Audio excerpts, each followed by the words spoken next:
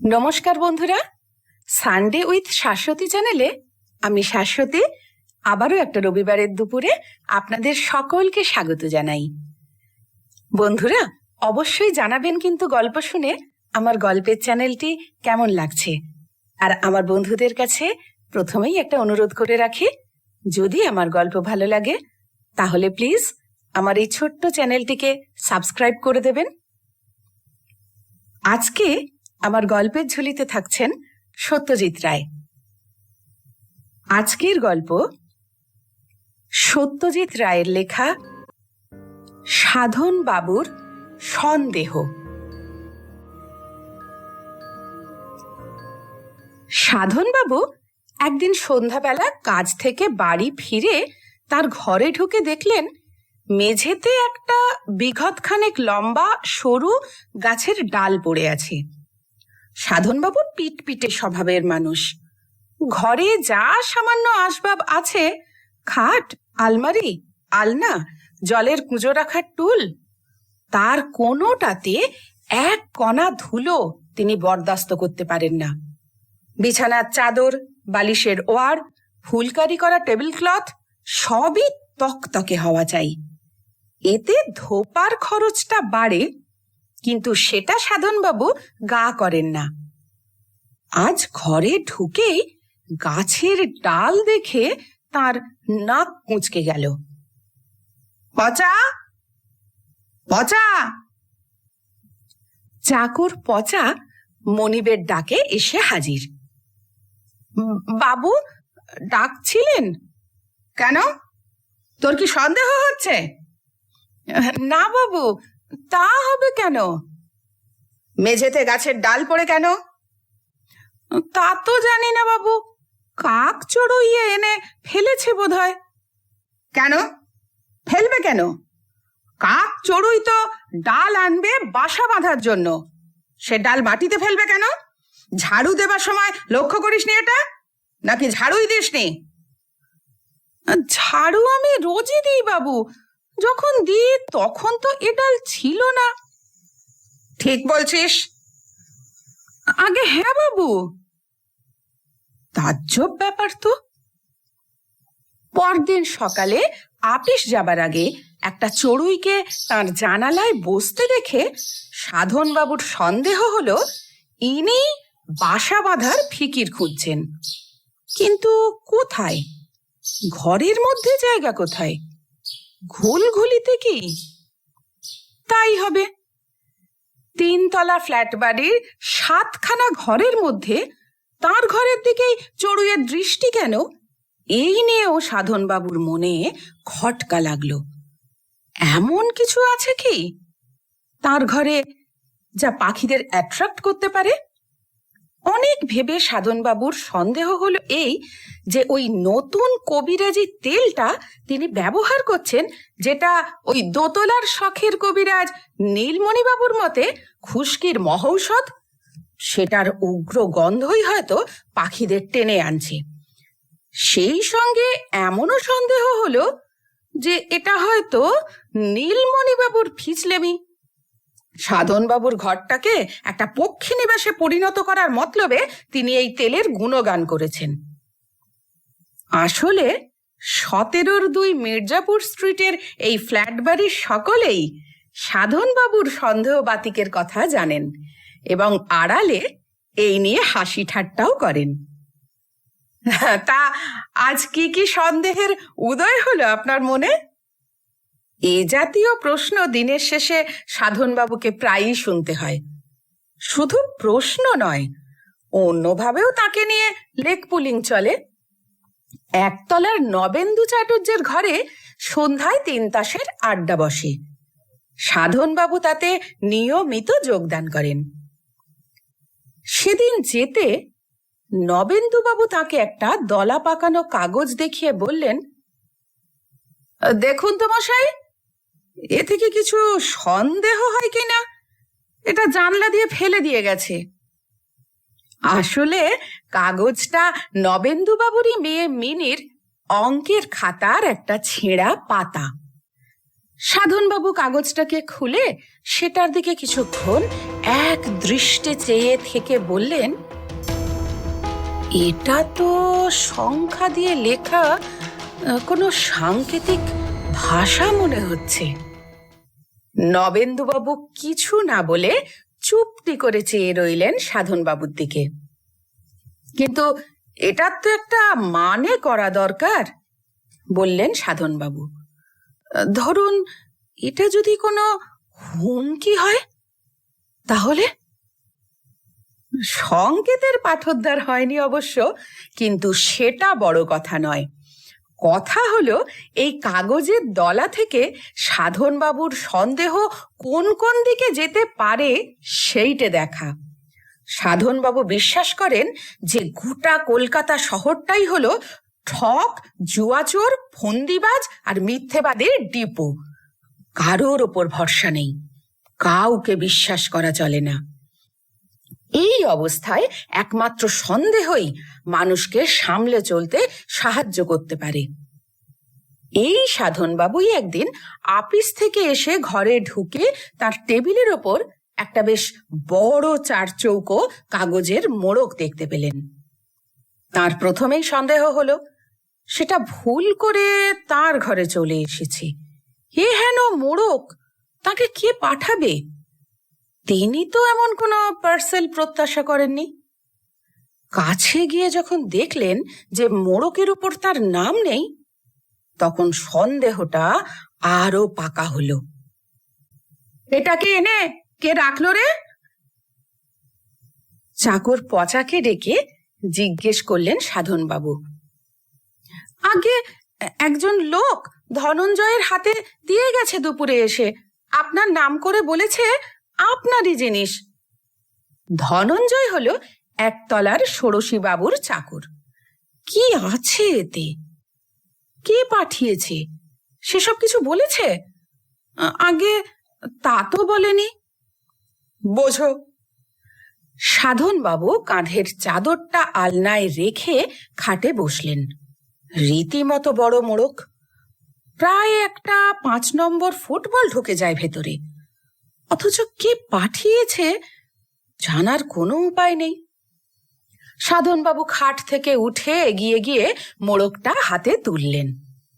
বেশ ভারী, কমপক্ষে 5 কিলো। সাধনবাবু মনে করতে চেষ্টা করলেন শেষ কবে তিনি এই জাতীয় মোড়ক পেয়েছেন। হ্যাঁ, বছর 3 আগে খড়দায় তার এক মাসিমা থাকতেন। তিনি পাঠিয়েছিলেন আমসত্ত্ব। তার মাস 6 মধ্যেই সেই মাসিমার মৃত্যু হয়। আজ সাধনবাবুর নিকটাত্মীয় বলতে আর কেউই অবশিষ্ট নেই। পার্সেল কেন, চিঠিও তিনি মাসে 2-1টার বেশি পান না। এই মোড়কের সঙ্গে একটা চিঠি থাকা অস্বাভাবিক হতো না, কিন্তু তাও নেই। কিংবা হয়তো ছিল। সাধনবাবুর সন্দেহ হলো ধনঞ্জয়ের অসাবধানতা হেতু সেটি খোয়া গেছে। একবার ধনঞ্জয়ের সঙ্গে কথা বলা দরকার। তাকে ডেকে পাঠানো অনুচিত হবে মনে করে সাধনবাবু নিজেই নিচে গেলেন। ধনঞ্জয় উঠোনে বসে হামানদিস্তায় কি যেন ছেঁচছিল। সাধনবাবুর ডাকে উঠে এলো। ধনঞ্জয়, আজ তোমার হাতে কেউ একটা পার্সেল দিয়ে গেছিল আমার নাম করে? আগে হ্যাঁ। সঙ্গে চিঠি ছিল? কই না তো। কোত্থেকে আসছে সেটা বলেছিল? মদন না কি জানি একটা নাম বললেন। মদন? আগে তাই তো বললেন। মদন নামে কাউকে চেনেন বলে মনে করতে পারলেন না সাধনবাবু। কি বলতে চাইছে কি লোকটা? হ্যাঁ, কি জানে। ধনঞ্জয় যে একটা গবেট সে সন্দেহ অনেক দিনই করছেন সাধনবাবু। শোনো, চিঠিপত্তর কাগজ টাগজ কিচ্ছু ছিল না সঙ্গে? একটা কাগজ ছিল, তাতে তো বাবু সই করে দিলেন। কে? ষোড়শী বাবু? আগে হ্যাঁ, কিন্তু ষোড়শী বাবুকে জিজ্ঞেস করেও কোনো ফল হলো না। একটা চিরকুটে তিনি সাধন বাবুর হয়ে সই করে দিয়েছেন বটে, কিন্তু সেটা কোথা থেকে এসেছিল খেয়াল করেননি। সাধন বাবু আবার নিজের ঘরে ফিরে এলেন। কার্তিক মাসের সন্ধ্যা, শীতটা এর মধ্যে বেশ অনুভব করা যাচ্ছে। সামনে কালী পুজো, তার তোড়জোড় যে চলছে সেটা মাঝে মাঝে বোমা পটকার দুম, পাড়াতেই একটা বোম ফেটেছে। আর সেই মুহূর্তে খাটে বসা সাধন বাবুর শিরদাঁড়া দিয়ে যেন একটা বিদ্যুৎ খেলে গেল। টাইম বোমা? ওই মোড়কের মধ্যে টাইম বোমা নেই তো, যেটা নির্দিষ্ট সময়ে ফেটে তার ইহজগতের লীলা সাঙ্গ করে দেবে? এই টাইম বোমার কথা ইদানিং কিন্তু খুব শোনা যাচ্ছে। সারা বিশ্বের সন্ত্রাসবাদীদের এটা একটা প্রধান অস্ত্র। কিন্তু তাকে বোমা পাঠাবে কে, কেন? প্রশ্নটা মনে আসতেই সাধনবাবু উপলব্ধি করলেন যে ব্যবসায়ী হওয়ার ফলে তার শত্রুর অভাব নেই। কন্ট্রাক্ট পাবার জন্য তোষামত ধরাধরি তাকেও করতে হয়, তার প্রতিদ্বন্দ্বী ব্যবসায়ীদেরও করতে হয়। যদি তিনি পেয়ে যান সেই কন্ট্রাক্ট, তাহলে অন্যরা তো হয়ে যায় তার শত্রু। এ তো হামেশাই হচ্ছে। পচা, এই পচা, ডাকটা দিয়েই বুঝতে পারলেন তার গলা দিয়ে যেন ঠিক পরিষ্কার আওয়াজ বেরোচ্ছে না, গলাটা শুকিয়ে কাঠ হয়ে গেছে। পচা এসে হাজির। বাবু ডাকলেন? ইয়ে, কিন্তু কাজটা কি ভালো হবে? সাধনবাবু ভেবেছিলেন পচাকে বলবেন পার্সেলে কান লাগিয়ে দেখতে টিক টিক শব্দ শোনা যাচ্ছে কিনা। টাইম বোমার সঙ্গে কলকবজা লাগানো থাকে, সেটা টিকটিক শব্দ হয়। সেই টিকটিকি একটা পূর্ব নির্ধারিত বিশেষ মুহূর্তে প্রচন্ড বিস্ফোরণে পরিণত হয়। পচা যখন কান লাগাবে তখনই যদি বোমাটা... না না, সাধনবাবু আর ভাবতে পারলেন না। এদিকে পচা বাবুর আদেশের জন্য দাঁড়িয়ে আছে। সাধনবাবুকে বলতেই হলো যে তিনি ভুল করে ডেকেছিলেন, তার কোনো প্রয়োজন নেই। এই রাতটা সাধনবাবু ভুলবেন না কোনো দিন। অসুখ বিসুখে রাত্রে ঘুম হয় না, এটা অস্বাভাবিক নয়, কিন্তু চরম আতঙ্কে এ শীতকালে ঘরমাক্ত অবস্থায় সারা রাত ঠাই বিছানায় বসে কাটানোর অভিজ্ঞতা তার এই প্রথম। কিন্তু সকাল পর্যন্ত যখন বোমা ফাটল না, তখন কিছুটা আশ্বস্ত হয়ে সাধনবাবু স্থির করলেন যে আজই সন্ধ্যায় মোড়কটা খুলে দেখতে হবে তার মধ্যে কি আছে। তার নিজেরও মনে হয়েছে যে তার সন্দেহটা মাত্রা ছাড়িয়ে যাচ্ছে। কিন্তু সন্ধেবেলা এমন একটা ঘটনা ঘটল যে সাধনবাবুর আর মোড়ক খোলা হলো না। অনেক লোক আছে যারা খবরের কাগজের আদ্যপান্ত না পড়ে পারে না। সাধনবাবু এই দলে পড়েন না। প্রথম এবং মাঝের পাতার খবরগুলোর শিরোনামায় চোখ বুলিয়েই তার কাগজ পড়া হয়ে যায়। আজও তার ব্যতিক্রম হয়নি। তাই উত্তর কলকাতায় খুনের খবরটা তার দৃষ্টি এড়িয়ে গিয়েছিল। আপিস থেকে ফিরে একতলায় নবেন্দু চাটুর্যের ঘরে একটা বড় রকমের দাপাদাপি চলছে শুনে কারণ জিজ্ঞেস করে তিনি ঘটনাটা জানতে পারলেন। পটুয়াটোলা লেনে খুন, হত ব্যক্তির নাম শিবদাস মৌলিক। কথাটা শুনেই সাধনবাবুর একটা সুপ্ত স্মৃতি খোঁচা খেয়ে জেগে উঠল। এক মৌলিককে তিনি চিনতেন খুব ভালো করে। তার প্রথম নাম শিবদাস কি? হতেও পারে। সাধনবাবু থাকতেন তখন ওই পটুয়াটোলা লেনেই। মৌলিক ছিল তার প্রতিবেশী। 3 তাসের আড্ডা বসত মৌলিকের ঘরে রোজ সন্ধ্যায়। মৌলিককে কেন জানি মৌলিক বলেই ডাকতো সবাই। আরো 2 জন ছিলেন আড্ডায়, সুখেন দত্ত আর মধুসূদন মাইতি। এই দ্বিতীয় ব্যক্তিটির মতো সাংঘাতিক চরিত্র সাধনবাবু আর দেখেননি। তাসের খেলায় সে যে জুয়া চুরি করে রাজা, সে সন্দেহ সাধনবাবুর আগা গোড়াই হয়েছিল। শেষে বাধ্য হয়ে একদিন সন্দেহটা প্রকাশ করতে হলো। এতে মধু মাইতির প্রতিক্রিয়া হয়েছিল ভয়াবহ। তার পকেটে সব সময় যে একটা চাকু অবস্থান করে, সেদিনই তিনি জানতে পেরেছিলেন। তিনি প্রাণে বেঁচেছিলেন বটে, মৌলিক আর সুখেন দত্তর জন্য।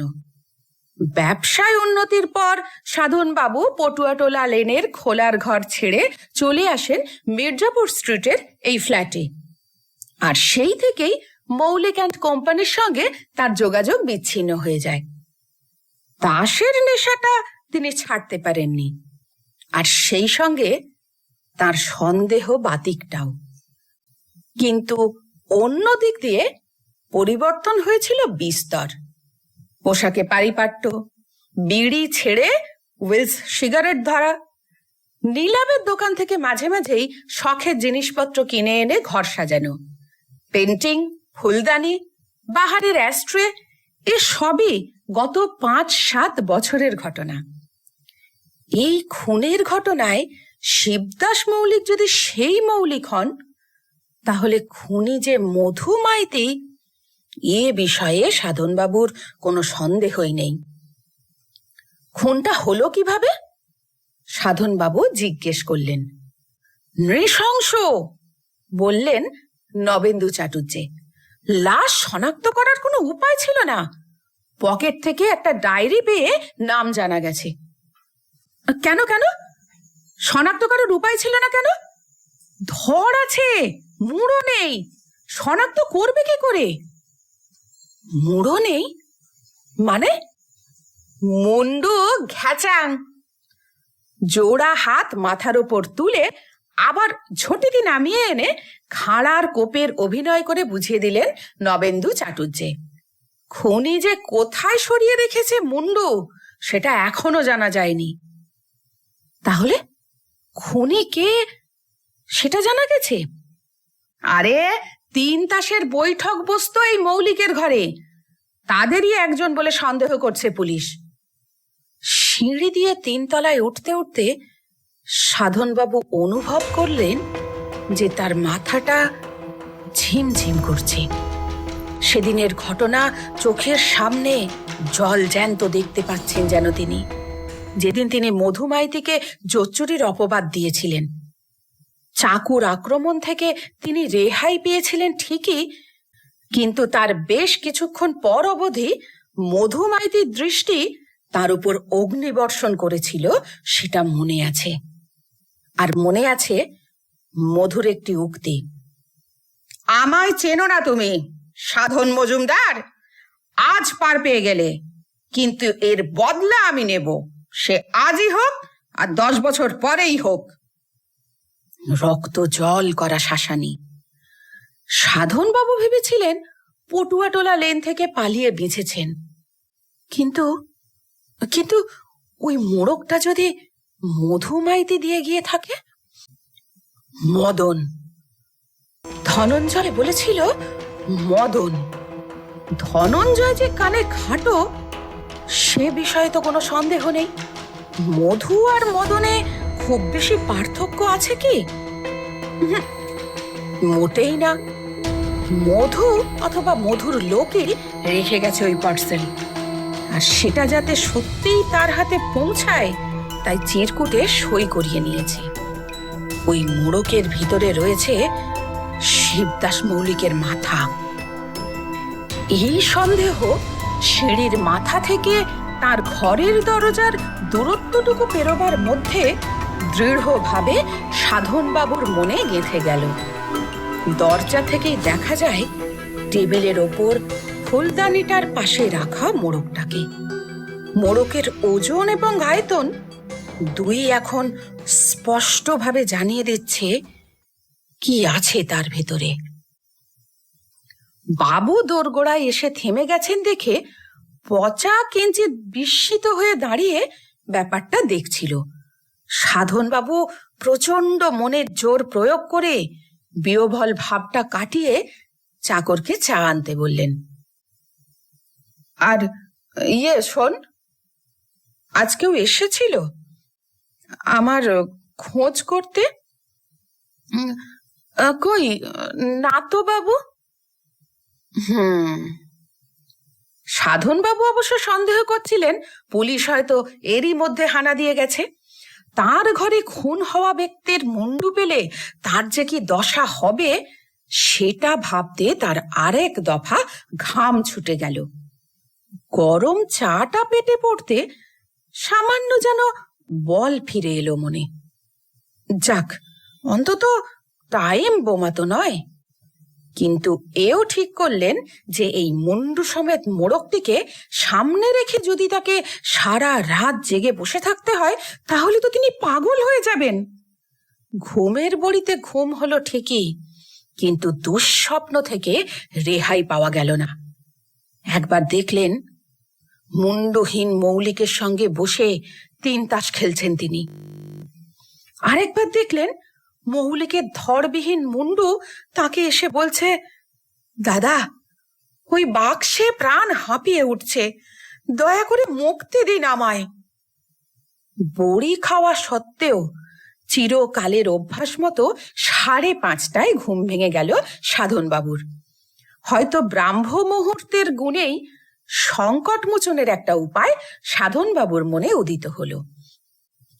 মুন্ডু যখন তার কাছে পাচার করা হয়েছে তখন সে মুন্ডু অন্যত্র চালান দিতে বাধা কোথায়?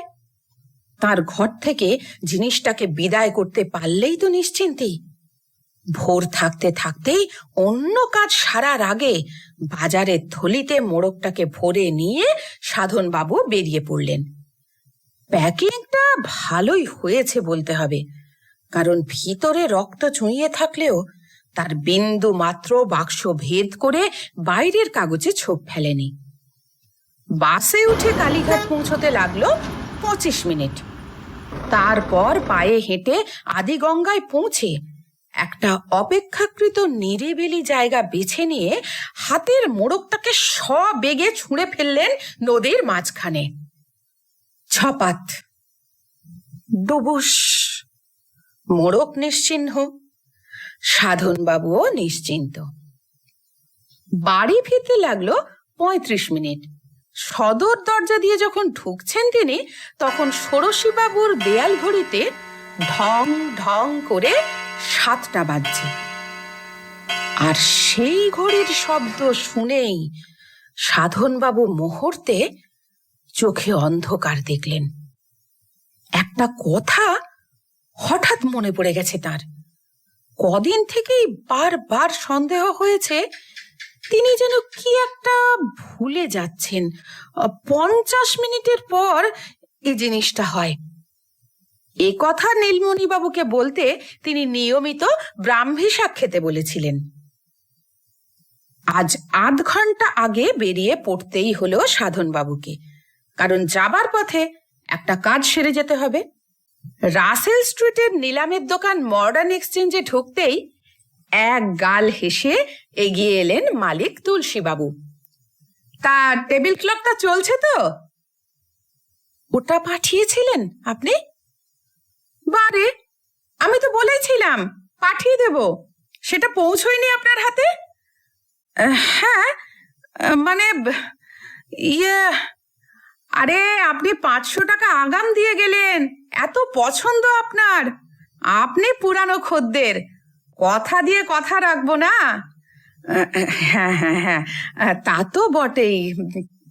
হ্যাঁ, তা তো বটেই।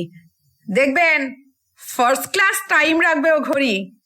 নাম করা ফরাসি কোম্পানি তো, জিনিসটা একেবারে জলের দরে পেয়ে গেছেন। You are very lucky. Tulsi বাবু অন্য খদ্দেরের দিকে এগিয়ে যেতে সাধন বাবু দোকান থেকে বেরিয়ে এলেন। জলের দরের ঘড়ি জলেই গেল। ভালো বদলা নিয়েছে মধুমাইতি, তাতে সন্দেহ নেই। আর মডার্নকেই যে মদন শুনেছে ধনঞ্জয়, তাতেও আর কোনো সন্দেহ আছে কি?